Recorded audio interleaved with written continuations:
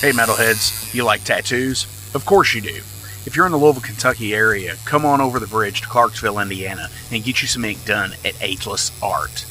If ink isn't your thing, they have a piercing studio as well. Visit agelessartclarksville.com to see some frequently asked questions, meet the staff. The shop is open Monday through Thursday, 12 to 8 p.m., Saturdays, 12 to 10 p.m., and Sundays, 12 to 6 p.m., all appointment-only spots. You can set up your appointments by phone at 812-283-1793 or email agelessarttattooandpiercing@gmail.com and someone will get you set up for your first or your next tattoo or piercing.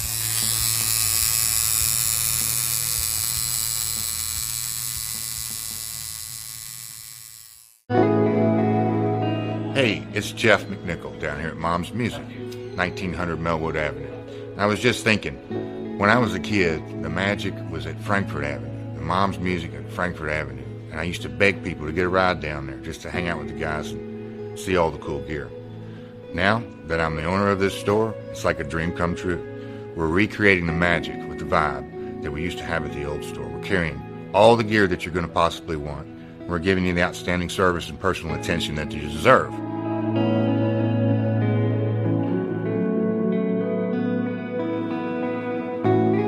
Yeah, so we've got the great guitar shop here. We're carrying USA Fender, USA Gibson, Paul Reed Smith, Gretsch, Jackson, Charvel. Anything you could possibly want, we're going to have it for you. Mom's is and always will be Louisville's music store.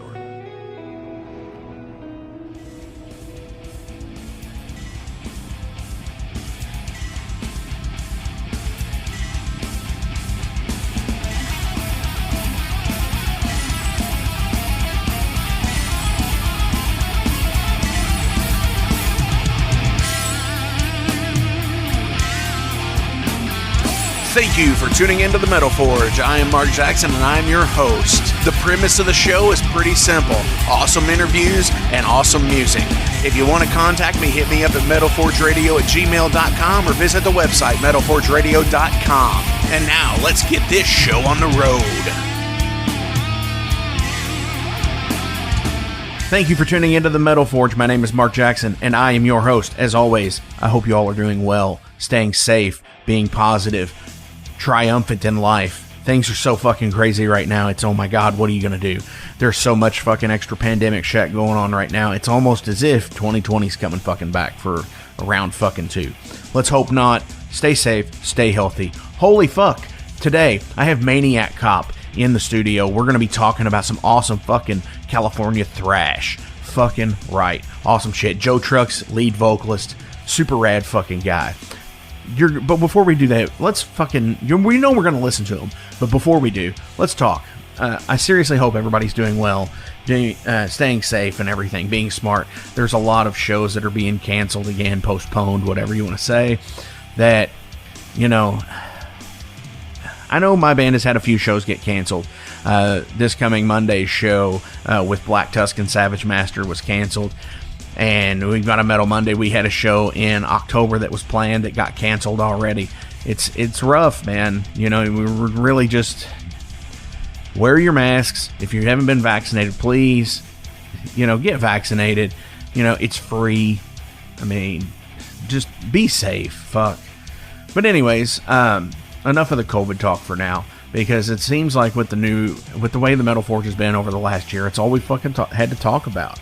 You know, how the pandemic has affected everybody, and we already know all that. So anyways, cool stuff. The Iron Maiden album comes out today, and it was already leaked.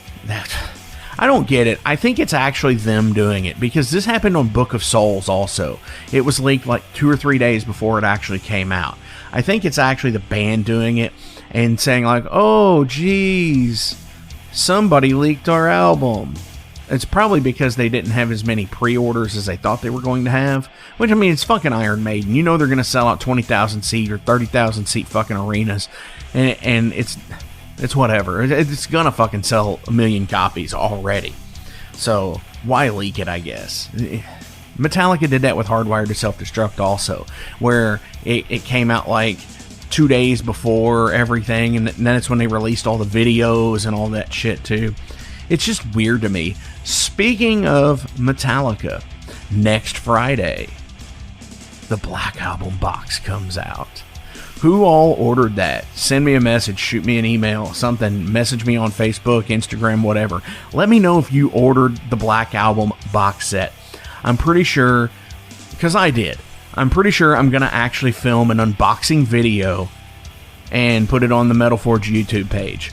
I know they did one with Jason doing an unboxing, but he just kind of flips through shit super fast. He tells you what everything is. Oh, this was the live show. These are some interviews. No, that's cool. I don't even think I've even seen this video. So it's cool, but I'm actually going to do some pretty cool shit. I'm going to unbox it. I'm going to show you like the artwork for each individual thing and so on and so forth. I got some pretty cool ideas for that. But, you know, it's the fucking Black Album. It's what it is. You know, it's arguably one of the best and worst albums of all time. You know, for all the first 4 album guys and girls out there, it's the worst album of all time. For everybody like me who's a fan of their entire career, except for Lulu, by the way. You know, it's fucking like, holy shit. It's a measuring stick for a lot of bands, I'm sure. You know, especially with what they did and how they recorded that album. Cool stuff all around. Down below there are links to the sponsors, and without you guys supporting them, they can't support the Metal Forge either. And I am so grateful that you all do help these businesses. Whether you're listening to their podcasts, you're buying instruments from them, you're going and getting tattoos, you're going to the Discogs page. Thank you all so much, and continue to please support all of these guys. You know, Ageless Art, Tattoo and Piercing, Mom's Music, Maxwell's House of Music, Better Days Records, Unchained Tapes, Mercenary Press, The Wrestling Steve Show, The Night Demon Heavy Metal Podcast, the It's Gonna Get Weird Podcast. Keep supporting those guys, because every bit helps us at the Metal Forge, and it helps them too. Y'all are fucking awesome. Thank you so much. Also, making sure you all click on the Spotify playlists as well. You'll get to hear all of the previous bands that have been on the show, and you'll be supporting those people as well too. Thank you all. So this is from Maniac Cop, City Attack.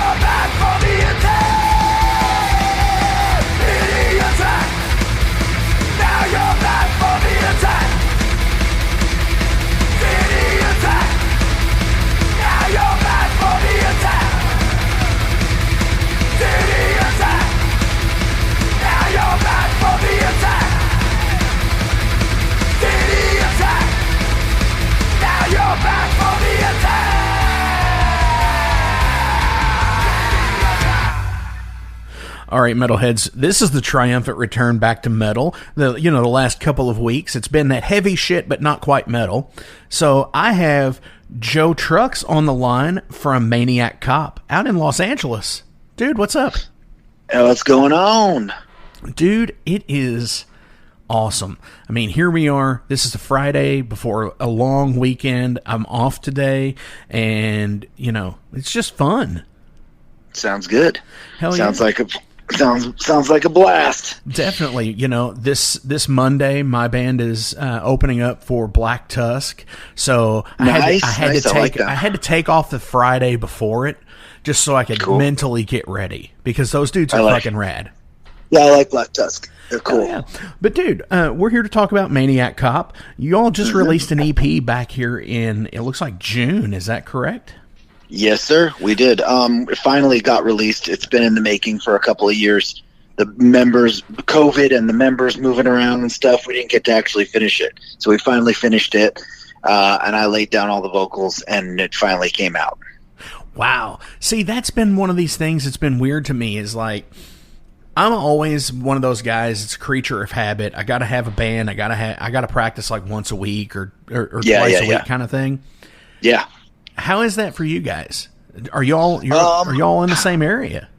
We're not right now in the same area, actually. That's been one of the problems. And we were planning on getting together and practicing, doing marathon practices. We're all in California, but I moved up north, and the rest of the guys are in LA. So we just kind of stopped everything during COVID because there wasn't much way to go into studios or do anything. We didn't know what was going on. So we had everything tracked.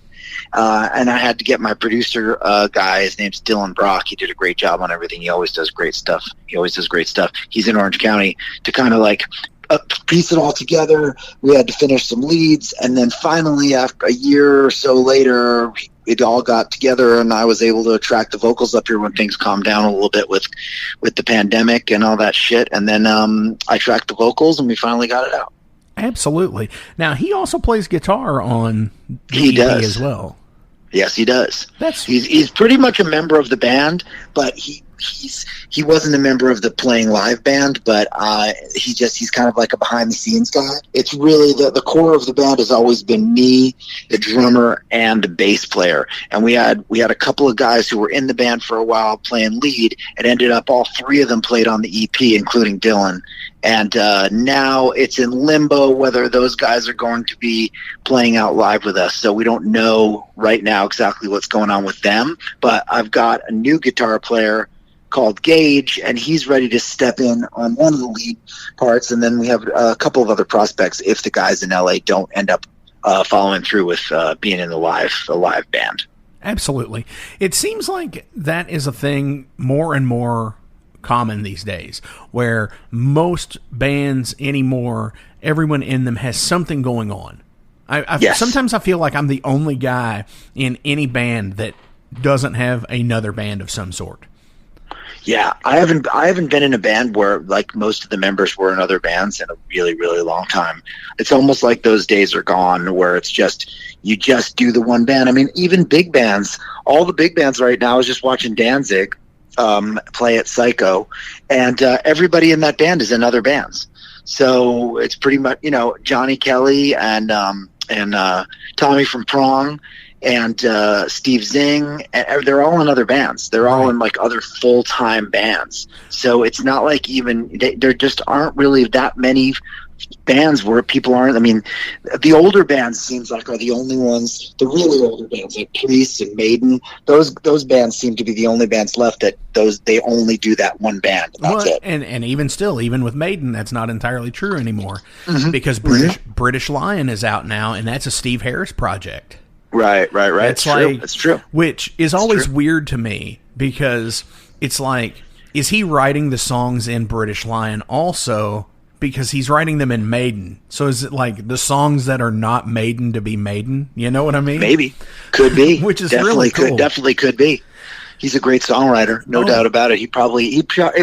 Isn't it called Steve Harris's British Lion though? So it's called No, it's actually just called British Lion. Oh, is he just calling it British Lion? I thought it was Steve Harris's British Lion. Well, that's cool. I'm pretty sure he's probably writing the songs in that too.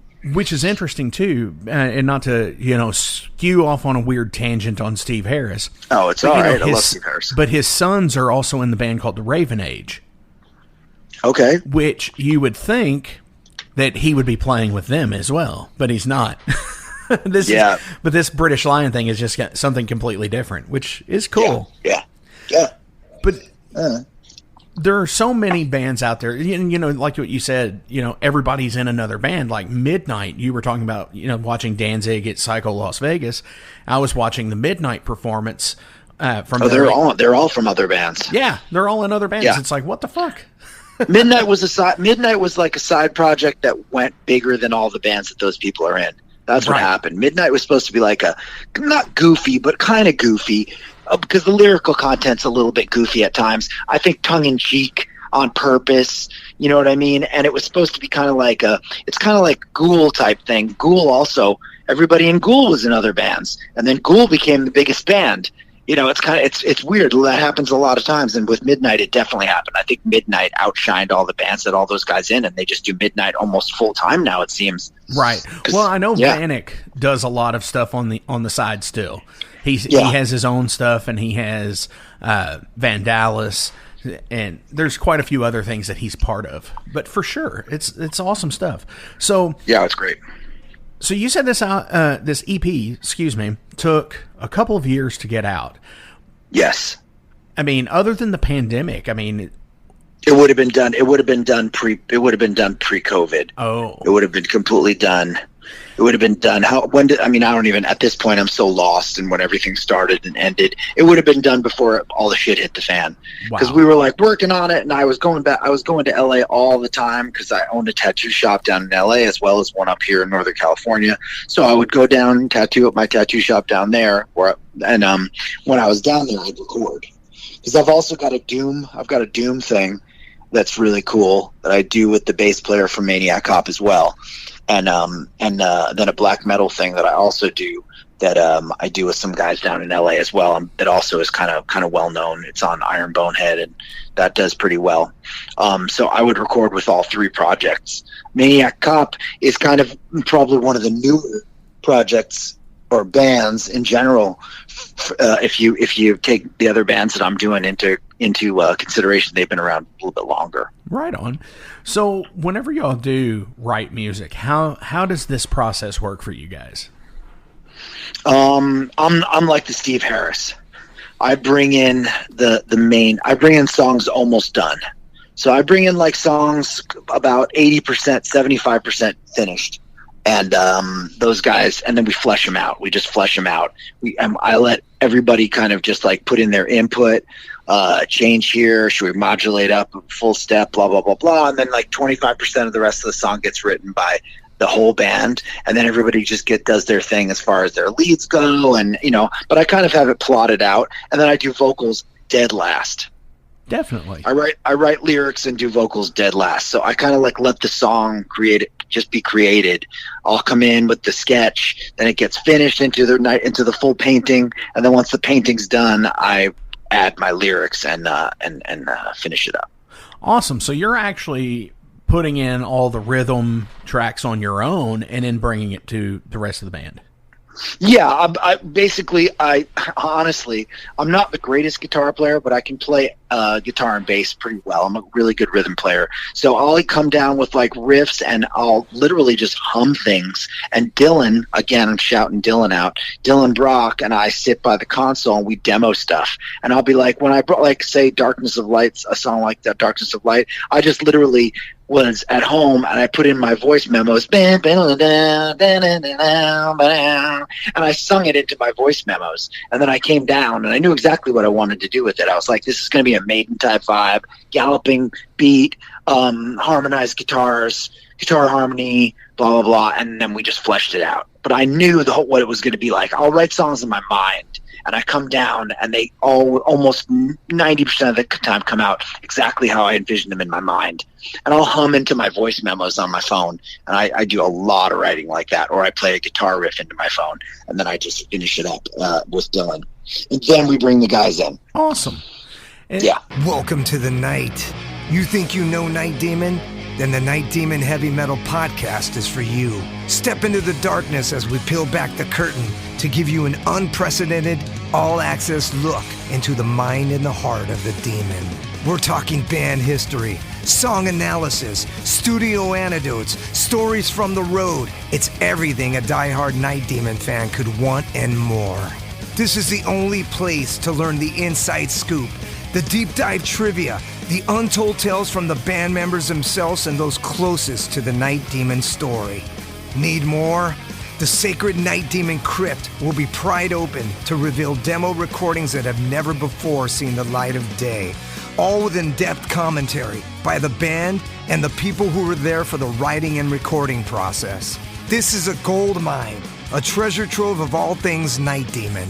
Head over to nightdemon.net or wherever you listen to podcasts. It's Gonna Get Weird is the name of the podcast. We're on season 2, so you have a whole season to get weird with Frank Green and Scott Clark. The best part is there's always laughter. Oh, yeah, you can pull that out. We have national touring comedians, NFL stars, rock stars, your local friends. It always gets weird.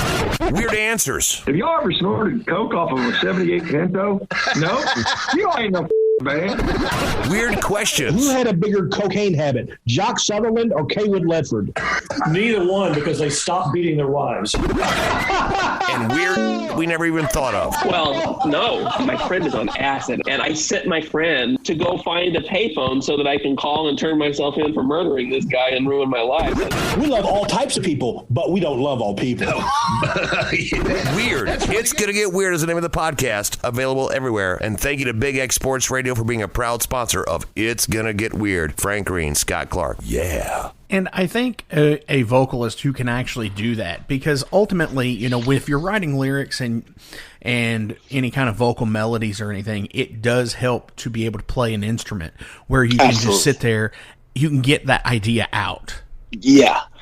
But the difference is I don't write my songs around my vocals, which I think a lot of people do. I write my vocals around the songs, and that's, I don't know, kind of a different approach. And I don't even come up with a vocal idea whatsoever until the very last minute. So it's almost like the vocals are the most important thing, but they're just part of the song. They're just another instrument laying on top of everything. And my lyrics are really important. I haven't put my lyrics up on the Bandcamp, but they're really, I'm proud of the lyrics on the Maniac Cop record. Most of them are very horror and fantasy based, but I like the way they got put together. I was really happy with the lyrics. It took me a long time. It took me a couple months to write the lyrics. I was writing them for a couple months, and they all came together really well. With it being such a long time before this got put out, yes, I'm sure that you've written other stuff since. Oh yeah, doing this. So absolutely. With the pandemic, and I know this has been something I was talking with Kevin from Soul Grinder up in Portland about the other day. Yeah. And it was almost as if, you know, all these bands who have released so much material, whether it be a couple of EPs, a full length, and an EP over the pandemic, and now that some touring is able to come back, I mean, is this something that you're already bored with because you've heard it so many times, and you're just wanting to write more stuff? Not at all. I am writing a lot right now, and in fact, I already have the cover art going for the next record, which is by my friend Chad Keith. Yes, I've seen it. And it's awesome. Oh yeah, it's cool. He did a great job. He's fantastic. He's amazing. Yeah, he's great. So that's going to be the next record. So I'm already that's kind of the way I approach things. I let the artwork came, and then I'm looking at the artwork, and I'm already kind of thinking about fleshing out songs for that. It's either going to be another 6-song EP or it might be a full length. So we don't know yet. We're just working on it right now. I'm definitely thinking about recording more stuff. Definitely thinking about touring. I mean, until the Delta variant started nailing everybody, even the vaccinated people, I was getting ready to talk to everybody about, doing a little bit of touring. But now I'll probably wait till the end of the year and see how everything shakes out. Definitely. And that was going to be where I was going to go with this next was, is this going to be something that you're interested in touring? And yes, if so, absolutely. I mean, here's one of my questions that I always like to ask. I know a lot of people who are in multiple bands. I've never really seen a lot of those bands tour with each other. It's true. Like, for example, you know, I'm not seeing like Vanek and Midnight playing on the same shows. Right. And I don't know if that's just because there's you have to have the dedication to the one thing, or I mean, would that be something that you all would ever try to do? I don't think so. I think double duty is too much for a lot of the band members, I personally, and for me, I kind of think it would dilute the whole approach. Maniac Cop, when we play live, I totally, you know, already envision like a Wasp type, like a vintage Wasp type stage show. So that's what I'm trying to do. I don't want to just go out and like play. I want to do like a bit of a stage show for as much as we can get away with. Fire, blood, the whole nine. So I think that I wouldn't want to dilute that whole thing by having me play with another band or sing with another band on the same show. I can respect that. And you just said to me the magic words. You just said stage show. Yes. And I have been such an advocate for stage shows for the longest time. I've always thought that, you know, you can get any 5 dudes who can play instruments together on a stage and they can jam out cover songs or they can jam out their own original songs. But the real thing out there today is putting on the show, making people sit there and say, take my fucking money because you guys fucking are awesome. And you have this awesome look. And, you know, whether it's not just necessarily lights, but even if you have like a backdrop that's not just your logoed name. I know. That's rad as shit to me. I agree. I'm with you. I don't even see the point especially with a metal band and a band like I'm doing, like Maniac Cop. I could see it with other genres of music, but with Maniac Cop, I don't see the point in playing out live unless you're going to give a real full show. I might as well. Otherwise, it's just to me like it's a glorified rehearsal. Right. And I'm not trying to insult anybody else who just wants to play the stripped down shit and go out and just play all stripped down at a club. But I think that's just, to me, it's just a glorified rehearsal. And there's nothing wrong with that. But for me, I want to see a show. You know, I want to see at least some sort of a production of some kind. I'm an Alice Cooper, Kiss. I come from like that, you know, Alice Cooper, Kiss, you know, those kind of stage shows, seeing them when I was a kid, and just that's the kind of shit that I want to, you know, even though I don't really like him, but like Rob Zombie, great fucking show, great stage show, you know? Right. And I think I have a personal vendetta against Rob because I know him, but other than that, he's a great performer. He's a great songwriter and a great performer, and I admire that. My personal vendetta against Rob stems from I hate fucking film remakes. Oh God, yes, and the Halloween those were an abomination, and those were an abomination against horror. Right, and the sorry other if thing I'm I hate, any people out there, but too bad. Hey, sorry, it happens. Too fucking bad. They suck. And the other thing is he has the I don't know what it is, but he was shot with that same kind of thing that Vince Neil has now too, where and Axl Rose had it for a long time, and I haven't seen Axl do it for a long time, but he had it at one time. And that's where they get so winded that they sing every other line of lyric. Oh yeah, no, Axl's not like that anymore. And funnily enough, I can twist into an interesting story that may be interesting for your people. Is that my best friend is Del James, and he's Guns N' Roses tour manager. So I get to see Guns all the time, and it sucks because he just wanted to bring me to the San Jose show, which is close to where I'm living, and I had to say no because I'm just not ready. I have a young son at home who's unvaccinated, so I was like had to say no, and I was bummed. But Axl, he sounds better than ever now. He's not winded at all. He started doing vocal exercises, and he does them before and after shows, and he sounds great. He hits every note. But God, I saw Motley not too long ago, maybe like 4 years ago, 6 years ago, maybe, and Vince just was terrible. Literally doing exactly what you said, singing only part of the lyrics, making the crowd sing it. Yep. And trying to act like he's being inclusive, like, oh, you know, I want you guys to sing it. No, he's just because I can't do it no more. He can't do it anymore. He's too fat. He's too fucking fat. I love Motley. Don't get me wrong. I fucking love Motley, and I saw them back in the day when they were on fire. But Vince needs to lose weight. Needs to lose the fucking weight, man. He's really fat, and he shouldn't be, because he's a singer, and he has the fans to. He owes something to the fans to not look like a bloated piece of shit on stage. Corpse. Yeah, he looks terrible. Come on, man. You know, it's like you look like shit. You don't want the fans don't want to see that. They don't want to see it. Okay, here's where I'm gonna mention this, because I am a big guy and I do vocals. So sure. My point is this: when a thin person gains a lot of weight, they can't keep up because they've never been used to it before. Right. So exactly. where we talk about Vince Neil and Rob Zombie and all of this, Rob Zombie is just because I don't think he gives a fuck. But I because agree with you 100%. Because he didn't get fat, you know. No, he's not fat. But the flip side of this is if you're a big vocalist and you lose a lot of weight, guess what? It doesn't necessarily make you better either.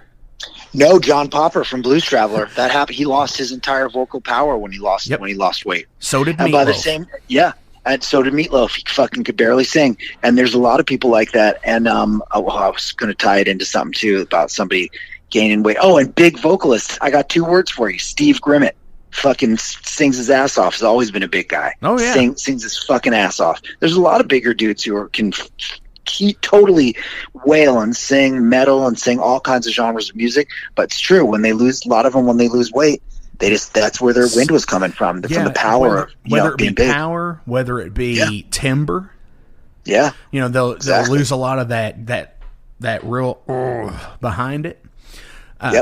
For sure. And you know, that was the thing with Axl, because Axl did get fat, but Axl has trimmed down a lot. He's more muscular now. Like I've been looking at videos that Del's been sending me, and he's a little bit more muscular upper body. He's still got a belly, but it's not huge. I mean, but the guy's, you know, 60 plus years old. So for his age, he looks pretty good. He doesn't have much hair going on anymore, but he sounds really good. He seems like he's giving the people a good show. And look, the shows look really good. And the last few shows I saw were really good too. Right.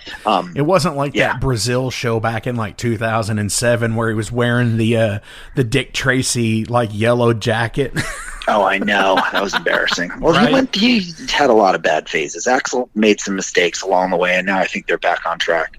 Very much so. But anyways, let's keep talking about you. Yeah. Now that we've shit on Axl a little bit, we've shit on Meatloaf. No, I'm not shitting on Axl. No, I know. I don't mind shitting on Meatloaf, but I do love Bat Out of Hell, but I'll shit on Meatloaf. You know, that is the weirdest thing to me in the world. I love Bat Out of Hell. Oh, I do too. And for everything of what it's worth, and I know he's had some solo records, and it almost seems like between Bat Out of Hell and Bat Out of Hell 2, it's like 15 years difference. Yeah, and absolutely. I think he only has one album between that time period. Yeah. And that's so weird to me. Yep, it is weird. For somebody to be so in it with like modern, quote, modern music, and to basically only have 3 albums in like 15 years. It's weird. I don't know. I think that might have had a little bit to do with Jim Steinman, who just passed away not too long ago. Rest in peace.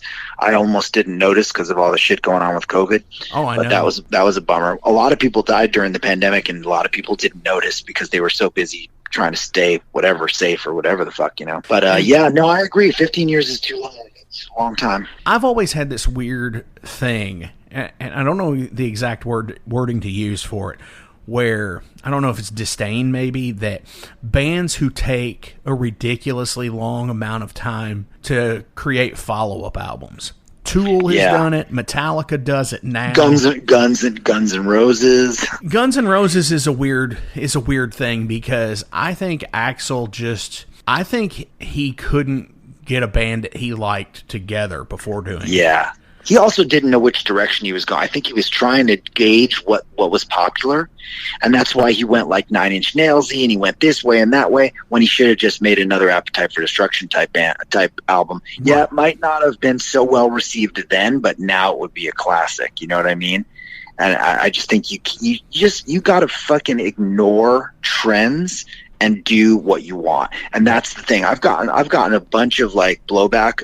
We've got about 90%, maybe 85% positive reviews, you know, and positivity towards this record if you look at like YouTube and platforms we're on. But I've gotten some pushback because my vocals aren't like typical. They're not typical. I'm not doing the, you know, and that was a conscious effort on my part, you know. But listening to the EP of your alls, I mean, it's straight out of 1984. I hope so. That's what we were going for. And because I was listening to it, you know, earlier today and on my way to work this, you know, a few times this past week, and it's just like, wow. I mean, it's like, honestly, I think it fits amazing with like East Bay thrash. And in that same era, you know, when you've got, I could imagine Bailoff and you know, with Exodus and you guys playing a show together. Cool. And that would be awesome.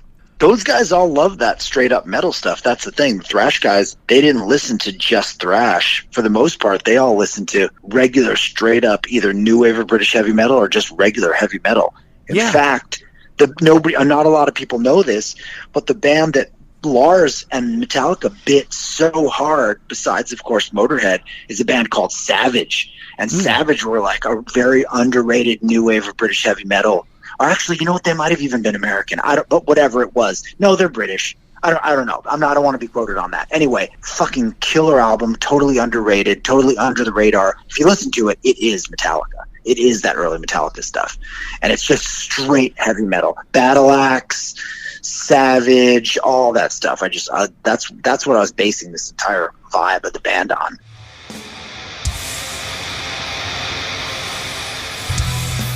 Hey everybody, let me tell you about the new sponsor to the Metal Forge, Unchained Tapes. They're an independent Pennsylvania tape label. They focus on extreme metal and punk with a killer approach to the tape scene. Visit their web store at unchainedtapes.bigcartel.com now to get your fill of tapes. And for being a Metal Forge listener, enter the code METALFORGE10 at checkout to get a 10% discount on your total purchase. That's unchainedtapes.bigcartel.com.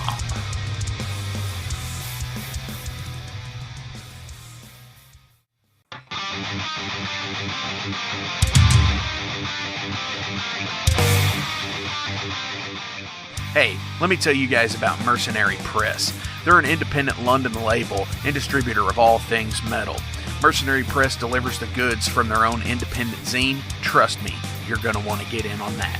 To distributing various bands from all over the world, including Cramp from Spain and Sadistic Force from Texas. Visit mercenarypress.bigcartel.com to find out what all they have in stock and what you can order.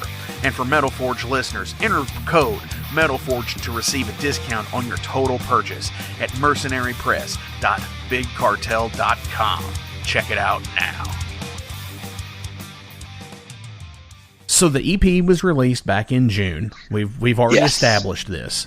And we've established the fact that you want to go on tour, but you want to have a stage show. And you're working that out with the members, and hopefully this Delta variant and Echo and whatever Zulu going down the alphabet here doesn't fuck things up for the rest of us, or all of us. What the fuck, the rest of us for all of us. So do you have any slated performances that even if you're not on tour, that you've got coming up? No, nothing as of right now. We have got nothing on the schedule right now. I think we'll probably end up recording again before we play out again, which means, you know, probably in the next few months recording. We usually record really fast, so we could knock something out in a few months if we got together in LA. So I think we'll probably knock out another record and then another entire record, and then talk about playing out again. Shit, yeah. Because, hey, I mean, and here's the thing with that. This is 6 songs, and obviously, you know, one of those songs is a Tyrant cover, which is cool because Tyrant fucking rips. I was in the music store, and we carry some Tyrant in there, and I was jamming it out. So good. It's ridiculously good. And, you know, it's one of those heyday era bands that they're so good. You know, they broke up and got back together because kids today are like, dude, have you ever heard of these guys? And and then all of a sudden, there's a calling for it again. And that's rad as shit to me. Oh, I know. I love him. Tyrant's one of the biggest influences on my vocal style. I mean, funnily enough, I've been called everything from like Rob Zombie to a bunch of different people as far as my vocal style, Zodiac Mind Warp. But what I'm trying to do is somewhere between the singer of Tyrant, Udo, and like a couple of other people like that. A little bit of, Udo, singer of Tyrant, and Paul Di'Anno is what I'm going for. If I'm getting there, I don't fucking know, but it just comes out as me. But that's kind of those are my three biggest vocal influences for this particular thing, Absolutely. And I don't know if I would take that as a as a personal slight if somebody referred to your vocal style as Rob Zombie. That would. I didn't take it negatively. I like the Zodiac Mind Warp one better, but nobody even knows who Zodiac is. But all good. I mean, I'll take anything as long as it's not negative. But even the negative shit, I don't care. I really don't give a shit. At least you're listening to the music. If you hate it, you hate it. I don't care. Hated and proud. Definitely. So I'm going to shift over here. I always like to ask general profile questions about you, you as a person, because the pandemic, has drilled into all of our minds about we're all in this together type stuff. And I just like to know what to make people tick. Shoot. What do you do to get away from music? What do I do to get away from music? I can never get away from music. I'm always doing music. I guess I hang out with my kids and I tattoo. I've been a tattoo artist for 30 years. So those are my things. I don't really get too much downtime. I just feel like downtime is wasted time for me. So I'm always doing I'm always doing music, or I'm hanging out with my kids, or I'm tattooing.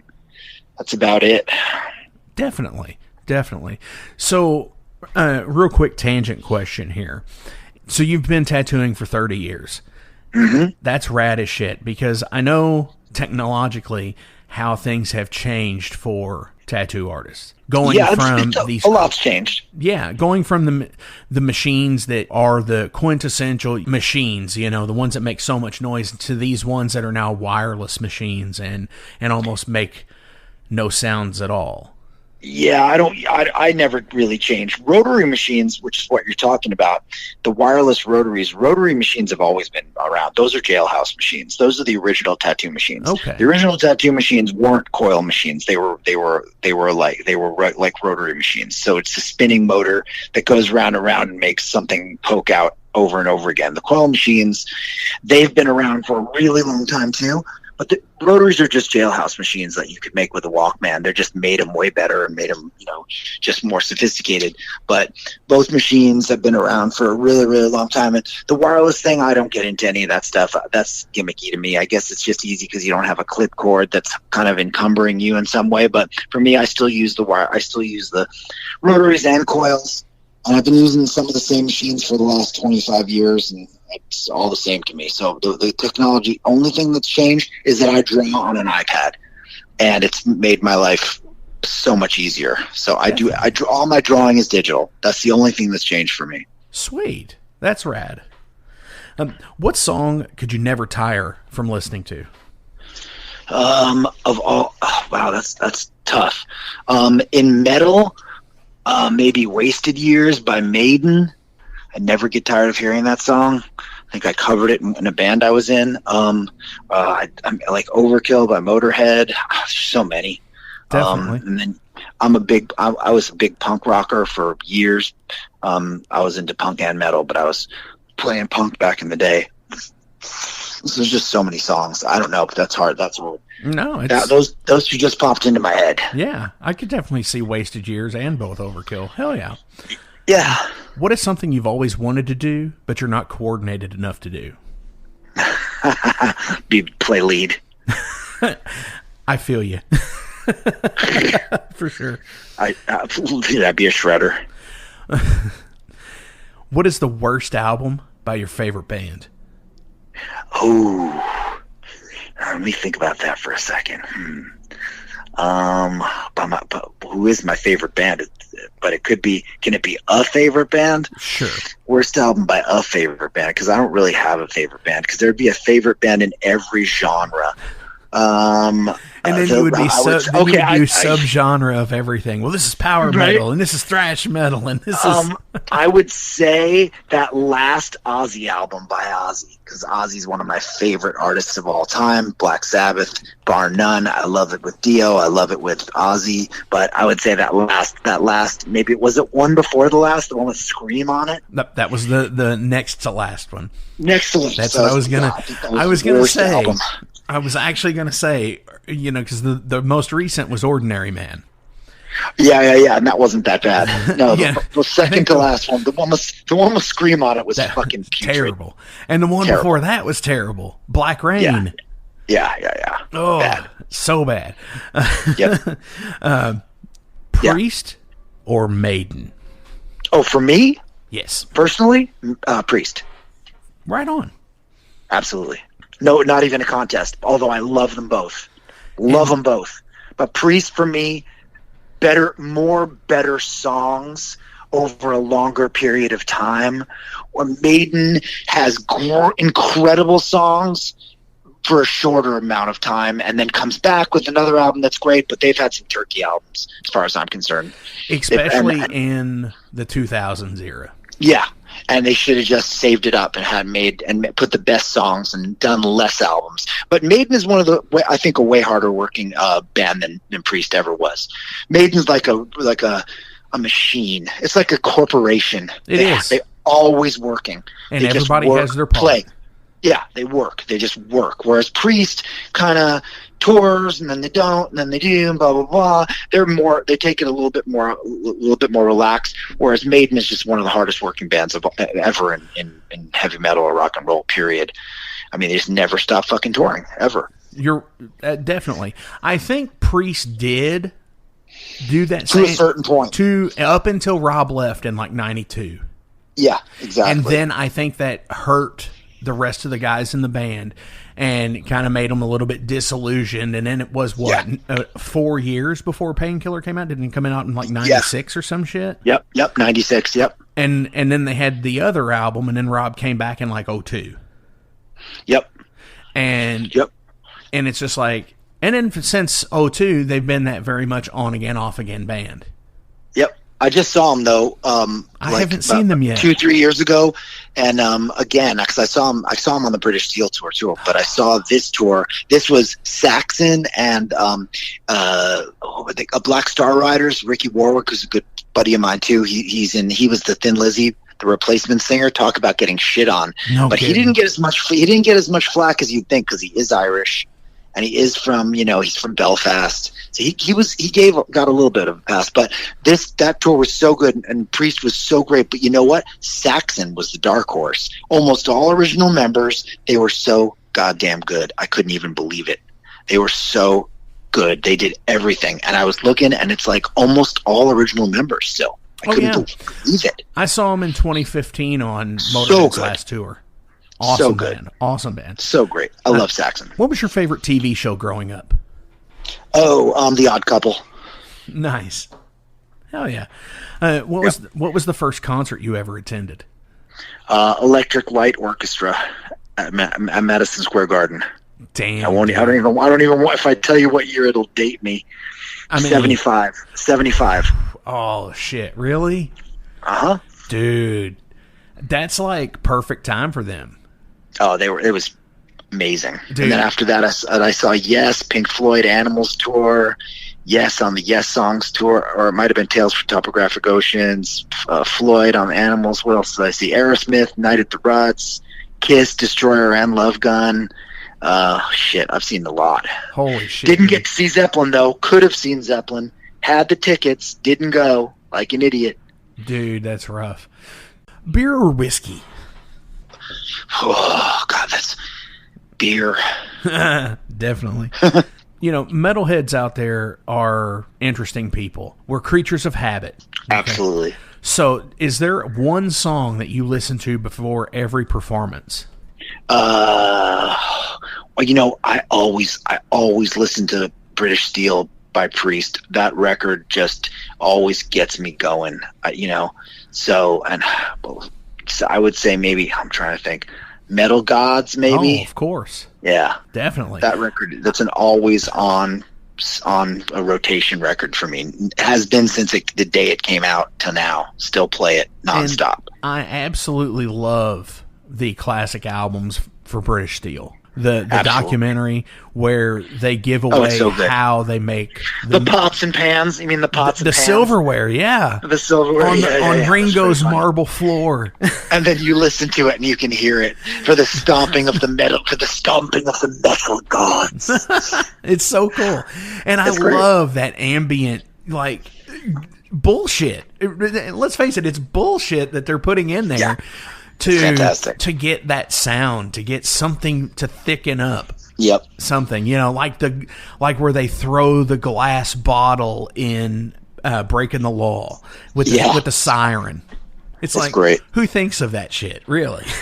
Well, they were thinking it up on the fly because nobody was doing that shit yet.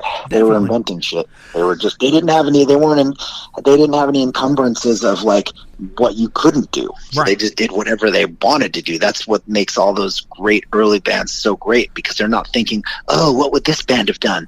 Because they had no fucking clue. Oh, absolutely. With the exception of Zeppelin, who just were like, well, let's just take every blues song that nobody knows and we'll rework it into our own songs. Other than that, all the other guys were just like doing their thing. They were just like, we don't know what the fuck to do. Let's just do whatever we want to do, and it worked. Hey guys, Wrestling Steve of the Wrestling Steve Show here. So if you're currently listening to the Metal Forge with Mark Jackson, then you understand that Mark Jackson has a pretty discerning taste when it comes to music as a whole. You'll also understand that he has a discerning taste for professional wrestling, just like me. My show is called The Wrestling Steve Show. I talk about modern and classic pro wrestling in a completely unbiased, unfiltered way. Be sure to check me out on all available podcasting platforms. That is The Wrestling Steve Show. And I am the host, Wrestling Steve. Just remember, like Confucius said, man who goes through turnstile in Thailand is going to Bangkok. Pro wrestling. Hey, it's Mark Maxwell at Maxwell's House of Music. Listen, all this stuff is now available to purchase on our website. Check it out at maxwellshouseofmusic.com. We carry all the top brands, like Fender. We got Gibson. We also have basses. We've got ukuleles. We got drums. We've got sound gear. We've got keyboards.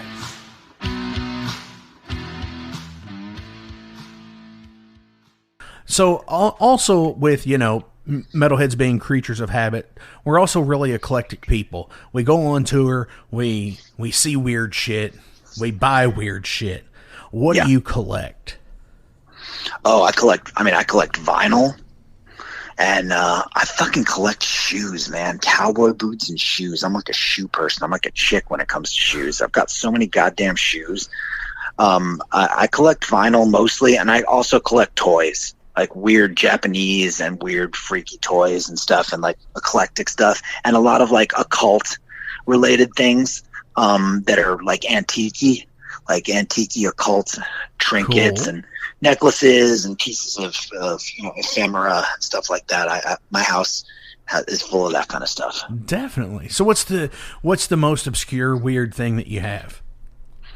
Oh, I've got a lot of stuff from like crematoriums that was left over from people were cremated. Because I had a couple of friends who were morticians, and they would bring me everything that got left over: teeth, hips, hip replacements. I've got some human skulls. Just got a lot of that stuff. I have a lot of weird, like witchy stuff from a guy who passed away not too long ago, called Genesis Breyer Peorage, who was in a band called Psychic TV, a really obscure, weird performance art band from England. And he collected all this Tibetan stuff, and he gave me a bunch of it before he died. It's really cool stuff, like Sweet. Tibetan occult, their statues, and I love that kind of stuff. I love all religions. I love collecting stuff from like religious stuff from all different religions. It's really cool. I'm into all that kind of stuff. I'm totally horror. I'm a horror freak, as you can probably tell from the band. So anything horror related, real horror though, not not the Ouija movies or the fucking Conjuring, which I don't even consider horror movies, but just real horror stuff. Either classic Universal monster stuff or like really obscure, like foreign gore, Japanese, French, German, that kind of stuff. Fulci. Like where I love Fulci. I just call him the maestro. He's the maestro. Wasn't it Fulci who had to Mario Bava? Wasn't it Fulci who had to prove his film wasn't real murders?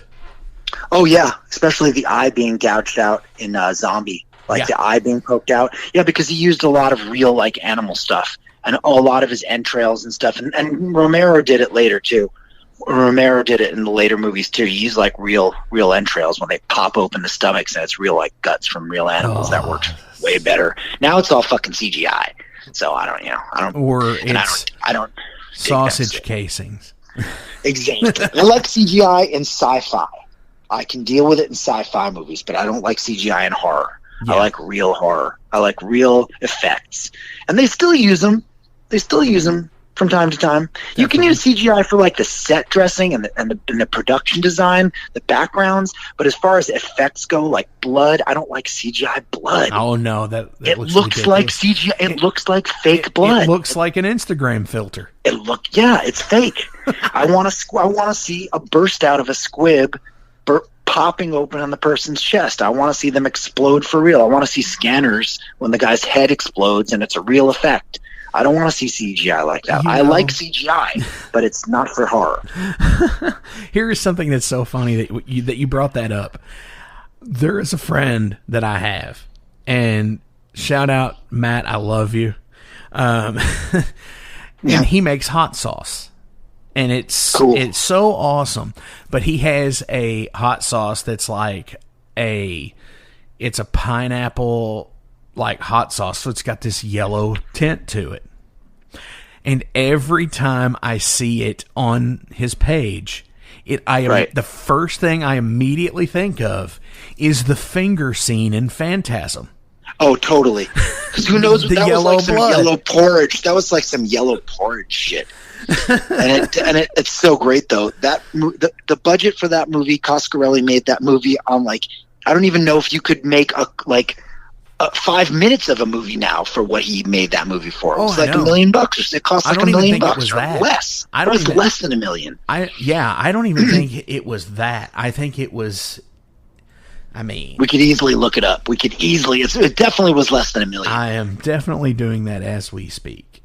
Yeah. It was definitely less. And that movie not only terrified me when I was a kid, but it still holds up unbelievably well. I mean, it really holds up.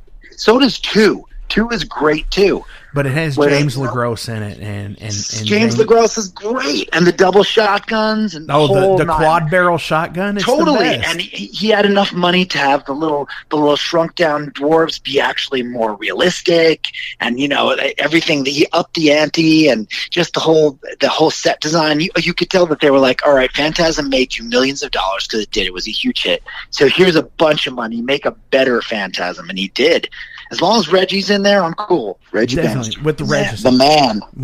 And he is. He's such a cool fucking dude. He's actually been the one who's worked out the most in any Phantasm movie. But Phantasm 1 was shot over like a 3-year period, by the way. Right. Because you could visibly, you could visibly see Michael Baldwin getting older in the film. Yeah, I didn't think about it, but I think you probably can. And here's the interesting thing. That film was made for $300,000. Oh my God! So if we just took 1979, 79, wow, when it was released. So because here was the thing, they had the idea of the little hooded creatures before Star Wars even came out. Right, and they look like the little Jawas or whatever. Yeah, they look like the little Jawas. So $300,000 in 1979. Take that money and you put it in the inflation calculator.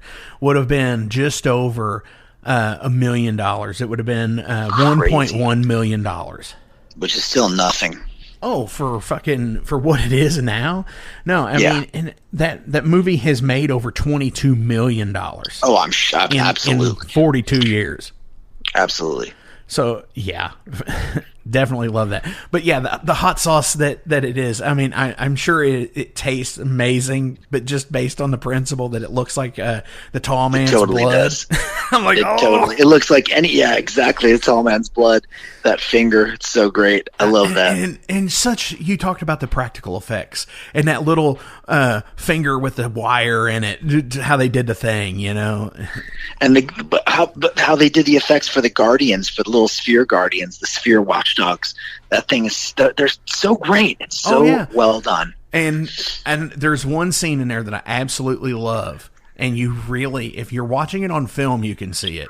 But if you're watching it on like VHS, the whites get washed out, so you can't really tell. But on like the DVD remaster of it, when the sphere hits the caretaker, yes, when it hits the caretaker and it drills in, and after the caretaker falls to the ground, he pisses himself. Oh yeah, he pisses himself. I noticed it when I saw the movie. Yeah, it's so good. But like on the VHS copy, you can't see it. It's such a great like little added thing. They did not need to do that. But that's a true auteur. That's a true filmmaker. All right, he's going to fall. We didn't have to add the extra money of having him piss himself, but it's so good. Yeah. It's just and that's like the death throes, the like legs going a little bit longer, because when you are killed really fast, your nerves and your legs do twitch for a longer time, than they do in movies. Usually the person just dies, and his legs like twitched a couple of extra times as he's pissing. It's so good. It's so good. I noticed. I love that kind of stuff.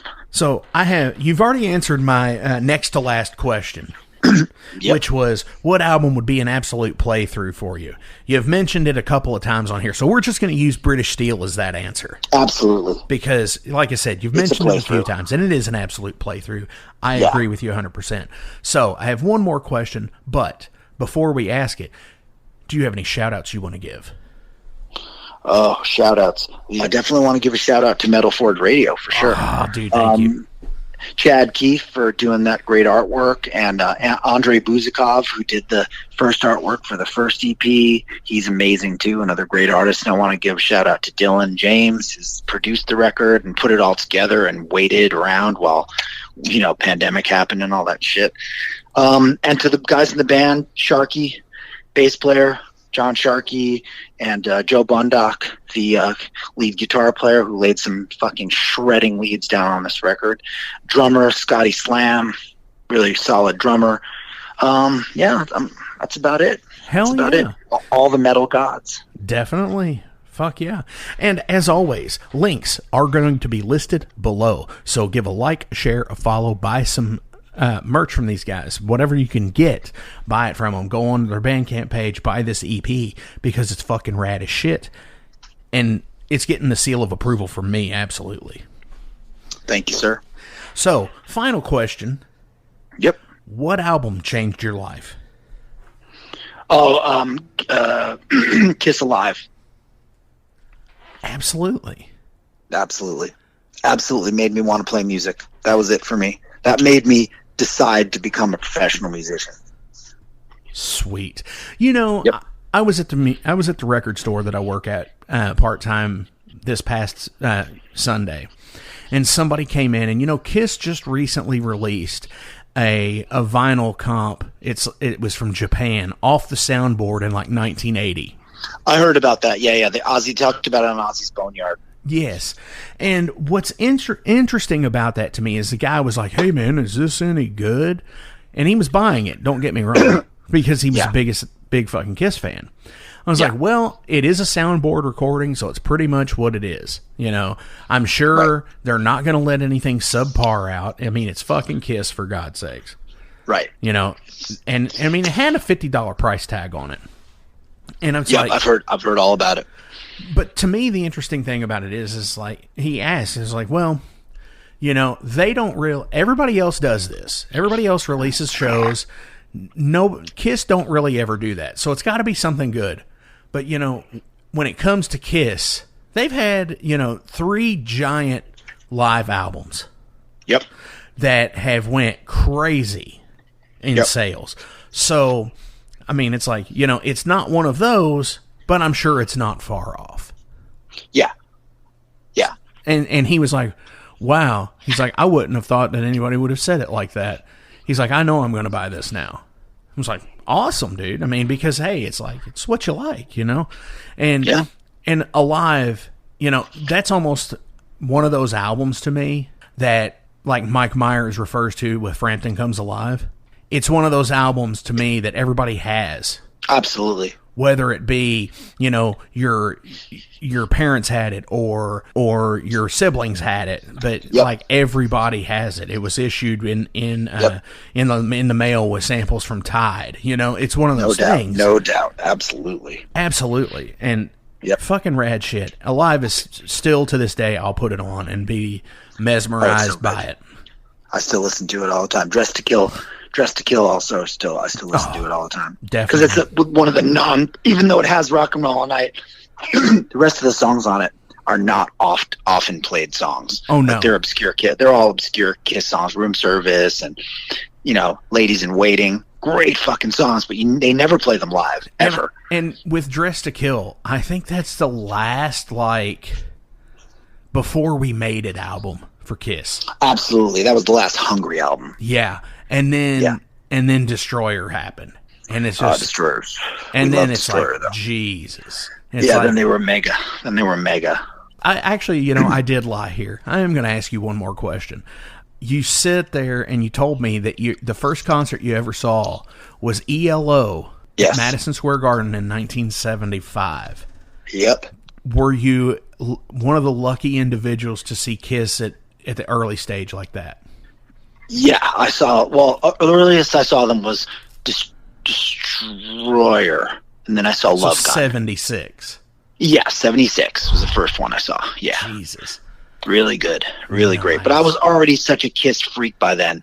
I couldn't, and you could get tickets. There was no scalpers. The scalpers used to stand outside the places and sell the tickets to you as you walked up. So you could get tickets to shows like that. Now, I mean, I can see Guns N' Roses whenever I want, but other than that, if I want to see a good show, I better pay top dollar to get decent seats, or I'm shit out of luck, you know? Right. So those days, shows were available to everybody. Now it's a business. Mm-hmm. Different kind of business. It's a ripoff now. It is. But whatever, I still go. One last note that we can leave on that is, you know, Prince had the idea before he had passed away to where they were making people show their credit cards and their IDs for shows to make sure that nobody were scalping tickets. Yeah. And yeah, because I can't tell you how many times I go on to like Ticketmaster and want to get tickets to something and it be sold out and it's all, and then go on Craigslist and it's all resale shit. Yeah, I know. It's garbage. Bullshit. Or you go to those big ticket selling places that aren't Ticketmaster, or, you know, and you pay like ridiculous money for it. It's stupid. Yep. It's stupid. StubHub. But yeah, no, I'm a huge Prince fan too. I'll shout out Prince right now because I'm a Prince fan, a Bowie fan. They're all gone now, but I love all music, but metal and punk are just the two genres that always they feel spoke good to me the most. Yeah, they're the two bands, and I've played both of them the most. So, you know, definitely, Joe. It's all good. Thank you so much for coming on to the show this week. This has been awesome. Cool. Such a great conversation. I'm definitely going to have to, you know, when you all go on tour, I'm definitely going to have to bring you guys to Louisville. I'd love to. I have friends in Louisville too. Awesome. Savage Master. Of course. Everybody knows them. Adam, Neil, and I have known each other since I was in a band called Snake Charmers, and he was in the Hookers. We toured together a bunch with the Murder City Devils and Zeke, and we've known each other for years. And I know a bunch of other people there too, but Adam's one of my best friends from there. So I definitely love to come to Louisville. He is definitely a friend of the show. He's a great guy, and he's honestly, a fucking great guy. Real fast for the listeners out there, October 2019. Episode, you can go on and listen to my conversation with Adam, and he'll be coming back here soon, hopefully. So he's my man. Well, you tell him, if you talk to him, well, I might talk to him too, but just tell him that we had a great interview and it went really well. I don't even know if he's heard the Maniac Cop stuff, but I think he'd really dig it. Definitely. I'll definitely turn him on to it if it hasn't. So Yes. From the Maniac Cop EP, what do you want to play out today? I really like Shocker. Shocker's definitely one of my favorites on that record. You heard him. This is from the Maniac Cop EP. This is Shocker. Yeah.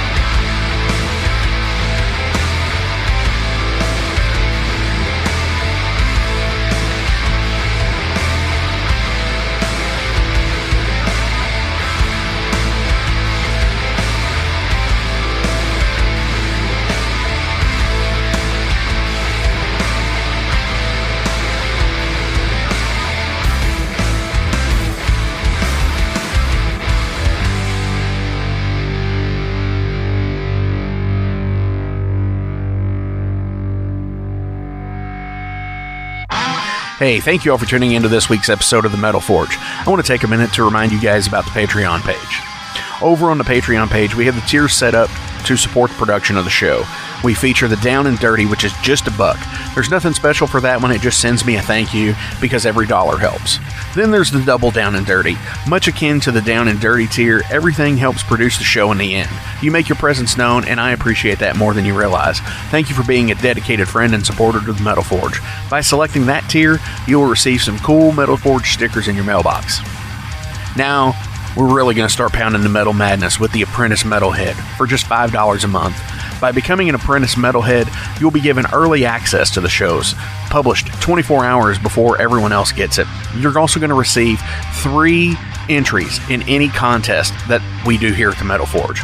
You're also going to receive a 10% discount on all Metal Forge merch, and you're going to receive a sweet Metal Forge patch for your battle jacket or backpack.